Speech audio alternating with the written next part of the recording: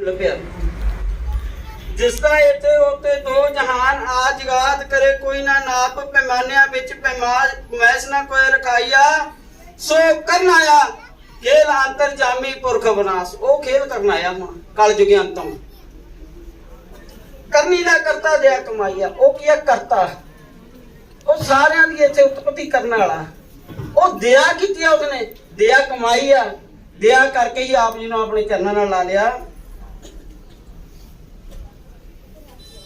ਸੋ ਕਰਨੇ ਆਇਆ ਖੇਲ ਅੰਤਰ ਜਾਮੀ ਪੁਰਖੇ ਵਿਨਾਸ਼। ਕਰਨੀ ਦਾ ਕਰਤਾ ਦਇਆ ਕਮਾਈਆ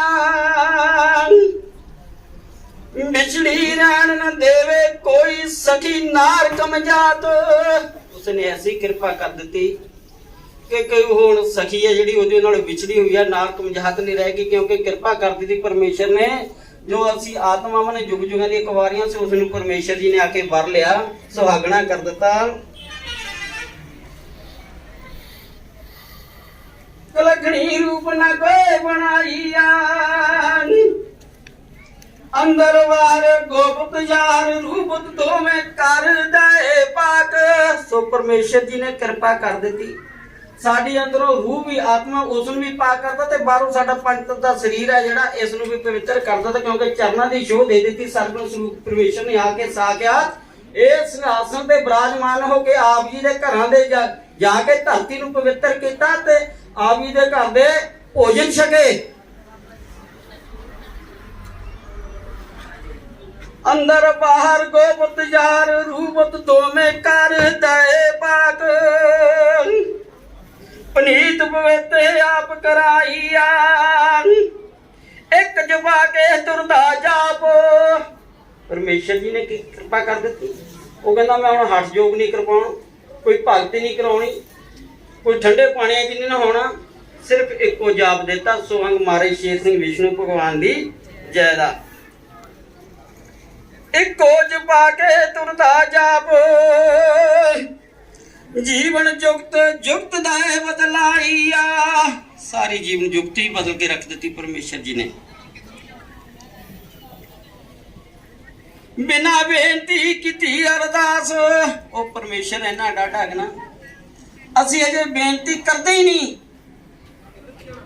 ਕੀ ਕਹਿੰਦੇ ਨੇ ਬਿਨਾ ਬੇਨਤੀ ਕੀਤੀ ਅਰਦਾਸ ਆਸ ਸਭ ਦੀ ਵੇਖ ਵਿਖਾਈ ਆ। ਅਸੀਂ ਆਹੋ ਬੇਨਤੀ ਕੀਤੀ ਵੀ ਨਹੀਂ ਪਰਮੇਸ਼ਰ ਜਾਣਦਾ ਸਾਡੇ ਅੰਦਰ ਦੀਆਂ ਉਹ ਪਹਿਲਾਂ ਹੀ ਆਸਾਂ ਸਾਡੀਆਂ ਪੂਰੀਆਂ ਕਰ ਦਿੰਦਾ ਬੇਨਤੀ ਕਰਨ ਦੀ ਲੋੜ ਹੀ ਨਹੀਂ ਉਹ ਰੱਖਦਾ। ਬਿਨਾ ਬੇਨਤੀ ਕੀਤੀ ਅਰਦਾਸ ਆਸ ਸਭ ਦੀ ਵੇਖ ਵਿਖਾਈਆ। 4 ਕੁੰਟ ਦਹ ਦਿਸ਼ਾ 68 ਤੀਰਥ ਅੰਦਰ ਮਸਜਿਦ ਸਿਵਤ ਵਾਲੇ ਮਠ ਗੁਰਮੁਖ ਕਿਸੇ ਲੱਭਣੀ ਨਾ ਪਏ ਖਾਟ।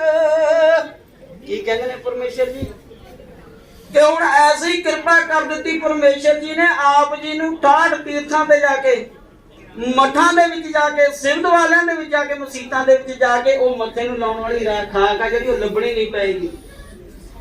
ਕਿਰਪਾ ਕਰ ਦਿੱਤੀ ਆਪ ਜੀ ਤੇ ਦਰ ਅਲਖ ਨਾ ਕੋਈ ਜਗਾਈਆ। ਉਹ ਮੰਗਣ ਵਾਸਤੇ ਤੁਹਾਨੂੰ ਦਰ ਨਹੀਂ ਫਟਣਾ ਪਏਗਾ। ਪਰਮੇਸ਼ਰ ਜੀ ਨੇ ਕਿਰਪਾ ਕਰ ਦਿੱਤੀ ਇੱਕੋ ਨਾਮ ਜਪਾ ਕੇ ਸੁਹੰਗ ਮਾਰੇ ਸ਼ੇਰ ਸਿੰਘ ਵਿਸ਼ਨੂੰ ਭਗਵਾਨ ਦੀ ਜੈ ਦਾ। ਪਾਰ ਬ੍ਰਹਮ ਪਤ ਪਰਮੇਸ਼ਵਰ ਔਰ ਕੇ ਕੱਲ ਆਏ ਆਪਣੇ ਮਿਣ ਦੀ ਆਪੇ ਦੱਸ ਗਏ ਜਾਚ। ਹੋਰ ਸਭ ਤੋਂ ਵੱਡੀ ਕਿਰਪਾ ਕੀ ਕਰ ਦਿੱਤੀ ਪਰਮੇਸ਼ਰ ਜੀ ਨੇ ਆਪਣੇ ਮਿਣ ਦੀ ਜਾਚ ਵੀ ਆਪ ਦੱਸੀ ਹੈ। ਅੱਗੇ ਕੀ ਸੀਗਾ ਹਜ਼ਾਰਾਂ ਵਰਸ ਤਪੱਸਿਆ ਕਰਦੇ ਸੀ ਧੂਣੀਆਂ ਤਾਪਦੇ ਸੀ ਆਪਣੀ ਭਗਤੀ ਕਰਕੇ ਕਰਮ ਕਰਕੇ ਵੱਧ ਤੋਂ ਵੱਧ ਇਨਸਾਨ ਚੌਥੀ ਮੰਜ਼ਿਲ ਤੱਕ ਚਿੱਟੀ ਧਾਰ ਤੱਕ ਪਹੁੰਚਦਾ ਹੀ ਆਪ ਜੀ ਦੇਖ ਰਹੇ ਹੋ ਸਿੰਘਾਸਨ ਦੇ ਨਾਲ 7 ਰੰਗ ਦਾ ਇਨਸਾਨ ਸਾਹਿਬ ਚੱਲ ਰਿਹਾ। ਚੌਥੀ ਧਾਰ ਚਿੱਟੀ ਧਾਰ ਪਰਮੇਸ਼ਰ ਜੀ ਨੇ ਸਾਨੂੰ ਹੁਣ ਕੀ ਕਰਿਆ ਸਾਡੀ ਆ ਚਿੱਟੀ ਵਸਤਰ ਵੀ ਸਾਰੇ ਅੰਦਰੋਂ ਬਾਹਰ ਸਾਨੂੰ ਚਿੱਟਾ ਕਰਕੇ ਚਿੱਟੀ ਧਾਰ ਦੇ ਵਿੱਚ ਸਿੱਧਾ ਹੀ ਪ੍ਰਵੇਸ਼ ਕਰਾ ਦਿੱਤਾ ਤੇ ਨਾਲ ਵਾਦਾ ਵੀ ਕਰਦਾ ਅੱਗੇ ਦਾ ਵੀ ਜਾਵਨ ਮੈਂ ਆਪ। ਪਾਰ ਬ੍ਰਹਮ ਪਤ ਪਰਮੇਸ਼ਵਰ ਪੁਰਖੇ ਕਾਲਾ ਆਪਣੇ ਮਿਣ ਦੀ ਆਪੇ ਦੱਸ ਦੇ ਜਾਚ। ਜਾਚਕ ਆਪਣੇ ਲੈ ਉਠਾਈਆ ਤੇ ਉਹਦੇ ਜਿਹੜੇ ਜਾਚਕ ਨੇ ਸੇਵਕ ਨੇ ਉਹਨਾਂ ਨੂੰ ਆਪ ਉਠਾ ਲੈਂਦਾ ਦੂਰੋਂ ਜਿੱਥੇ ਮਰਜੀ ਵੱਸਦਾ ਉਹਨੂੰ ਦੱਸ ਦੇ ਕੇ ਸ਼ਬਦ ਰੂਪ ਹੋ ਕੇ ਆਪ ਆਪਣੇ ਕੋਲ ਬੁਲਾ ਲੈਂਦਾ। ਕੋਟ ਜਨਮ भक्ति नालों साजणी हो जाए अज दी रात। जदों परमेश्वर जी ने कृपा की विसाखी दे दिन परमेश्वर जी कहते हैं कि अज दी रात एडी बड़भागी है, तुसी कोटां जन्म भगतियां करते रहे, ओदे नालों भी ये वड्डिया फिर भी बराबर नहीं हैगी कोटां जन्म दी भगती। कोट जन्म दी भगती नालों साजणी हो जाए अज दी रात। गुर अवतार पैगंबर वेख वेख खुशी मनाई आ। जदों ये बरदे रहे सी परमेश्वर जी संगतां ते कृपा कर रहे सी, क्योंकि उस समय गुर अवतार पीर पैगंबर भी दरबार दे विच हाजिर सी, ओ भी ये खेल वेख के खुशियां मना रहे सीगे। भगत सहेला एक ते अकेला, साह सुल्ताना नौजवाना, मर्द मर्दाना पुछण हारा दुर्दी बात। जो प्रभु परमेश्वर है, जो नौजवान है, एक ओंकार है, काल पुरख है, ओ प्रभु परमेश्वर अपने भक्तां दी सहेलियां दी धुर दी बात पुछण वाला। लोक मात फेरा पाई आ, ओ लोक मात दे विच फेरा पाउण लई आ गया। उसने अपने भगत जनां नूं दिलां दियां जान के, जो बिना बेनती अरदास कीते ही जानदा, ਉਹਨਾਂ ਨੇ ਆਪ ਜੀ ਨੂੰ ਆਪਣੇ ਚਰਨਾਂ ਨਾਲ ਲਾਇਆ। ਜੋਤੀ ਜੋ ਸਰੂਪ ਹਰਿਆ ਆਪੇ ਆਪਣੀ ਕਿਰਪਾ ਕਰ, ਮੇਰ ਨਜ਼ਰ ਇੱਕ ਉਠਾਈਆ, ਬਤਨਾ ਬਲ ਪਾਈ ਫੇਰੀ। ਕਿਉਂਕਿ ਸਾਰੇ ਹੀ ਗੁਰ ਅਵਤਾਰ ਪੀਰ ਪੈਗੰਬਰਾਂ ਦੀ ਪਛੀਣ ਹੋਈਆਂ ਸਨ ਕਿ ਉਹ ਪ੍ਰਭੂ ਪਰਮੇਸ਼ਰ ਜੀ ਕਲਯੁਗੀ ਅੰਤਮ ਮਾਤ ਲੋਕ ਤੇ ਆਉਣਗੇ। सो उन्होंने गुरु अवतारा पीर पैगंबरां दी दित्तियां भविष्यवाणियां पेशीन होईयां नूं पूर्ण करन दे लई उस निर्गुण निरंकार जो सचखंड मुकामे हक दे विच सदा बसदा रहिंदा, उसने इस बतना दे वल कलयुगंत फेरी पाई आ। आया मात लोक ते बतना वल पाई फेरी, फिर के अपना आप बदलाई आ। जो लेका जाने आजगाद गुर गुर चेरी। जो आजगाद गुरु ते चेले दियां सारियां कहानियां जानदा सी। साडे पिछले लेख की सी, साडे 10 पातशाह दे नाल लेख की सी, साडे राम जी नाल लेख की सी, जो सारा जानदा सी। लख 84 खोज खजाई आ, उसने 84 लाख नूं खोजिया। गुरमुख सतगुर पूरा जानदा, पिछड़ी केड़ी केड़ी। ओ सतगुर पूरा ਜਿਹੜਾ 84 ਲੱਖ ਨੂੰ ਜਾਣਦਾ, ਗੁਰ ਅਵਤਾਰਾਂ ਪੈਗੰਬਰਾਂ ਦੇ ਨਾਲੇ ਲਿਖਿਆਂ ਨੂੰ ਜਾਣਦਾ, ਉਹ ਜਾਣਦਾ ਕਿ ਮੇਰੇ ਨਾਲ ਕਿਹੜੀ ਕਿਹੜੀ ਆਤਮਾ ਵਿਛੜੀ ਹੋਈ ਆ। ਗੁਰਮੁਖ ਸਤਿਗੁਰ ਪੂਰਾ ਜਾਣਦਾ, ਵਿਛੜੀ ਕਿਹੜੀ ਕਿਹੜੀ। ਜੁਗ ਜਨਮ ਦੀ ਪੂਰਵ ਰਾਤ ਗਾਈ ਆ। ਜਿਹੜੀ ਮੇਰੇ ਨਾਲ ਵਿਛੜੀ ਹੋਈ ਉਹ ਆਤਮਾ ਕਿਹੜੀ ਜੁਗਾਂ ਜਨਮ ਦੀ ਰਾਹ ਤੱਕ ਦੀਆਂ ਪੁਰਵਲੇ ਜਨਮਾਂ ਤੋਂ ਉਹ ਕਿਹੜੇ ਕਿਹੜੇ ਨੇ, ਉਹਨਾਂ ਨੂੰ ਪਰਮੇਸ਼ਰ ਜੀ ਨੇ ਮਿਲਿਆ ਹੁਣ ਆ ਕੇ। ਜੁਗ ਜਨਮ ਦੀ ਪੂਰਬ ਰਾਤ ਗਾਈ ਆ, ਵਿਛੋੜੇ ਦੀ ਰੁਤੜੀ ਪਿੱਛੇ ਬੀਤ ਗਈ ਬਤੇਰੀ। ਪਰਮੇਸ਼ਰ ਜੀ ਕੀ ਕਹਿੰਦੇ ਨੇ ਕਿ ਉਹ ਜਿਹੜੀ ਰੁੱਤ ਸੀਗੀ ਪਿਛਲੀ ਵਿਛੋੜੇ ਦੀ ਉਹ ਬਥੇਰੀ ਬੀਤ ਗਈ। ਹੁਣ ਕਿਰਪਾ ਕਰ ਦਿੱਤੀ ਪਰਮੇਸ਼ਰ ਜੀ ਨੇ, ਸਾਖਿਆਤ ਦਰਸ਼ਨ ਦੇ ਦਿੱਤੇ ਪਰਮੇਸ਼ਰ ਜੀ ਨੇ ਇਸ ਸਿੰਘਾਸਣ ਤੇ ਬਿਰਾਜਮਾਨ ਹੋ ਕੇ। ਵਿਛੋੜੇ ਦੀ ਰੁਤੜੀ ਪਿੱਛੇ ਬੀਤ ਗਈ ਬਤੇਰੀ, ਚੌਂਕੜੀ ਦੇ ਗਵਾਹੀ ਆ। ਸਤਿਯੁਗ ਤ੍ਰੇਤਾ ਦੁਆਪਰ ਕਲਯੁਗੇ ਗਵਾਹੀ ਦੇ ਰਿਹਾ, ਚੌਂਕੜੀ ਗਵਾਹੀ ਦੇ ਰਹੀ ਆ। ਕਲਯੁਗ ਰਹਿਣ ਬੈਠੋ ਅੰਧੇਰੀ, ਕਲਯੁਗ ਦੀ ਰਹਿਣ ਅੰਧੇਰੀ ਹੋਈ ਆ, ਚਾਰੇ ਪਾਸੇ ਕੂੜ ਕਰਮ ਵਿਕਾਰ ਚੱਲ ਰਿਹਾ। ਸਾਜਾ ਚੰਦ ਨਾ ਕੋਈ ਚਮਕਾਈ ਆ, ਬਿਨਾ ਪੁਰਖੇ ਕਾਲ ਸਾਗਰ ਵਿੱਚੋਂ ਕੱਢ ਲਈ ਸਭ ਨੇ ਆਪਣੀ ਆਪਣੀ ਬੇੜੀ।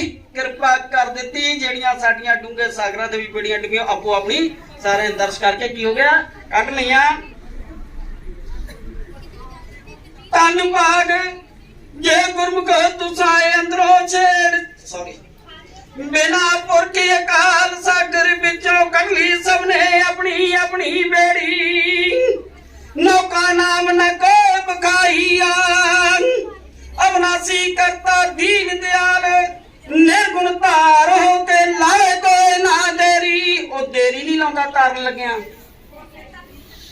ओ जदों किरपा करदा दया करदा तरस करदा फिर देखदा नहीं कौन छोटा कौन बड़ा, कौन अमीर है कौन गरीब है।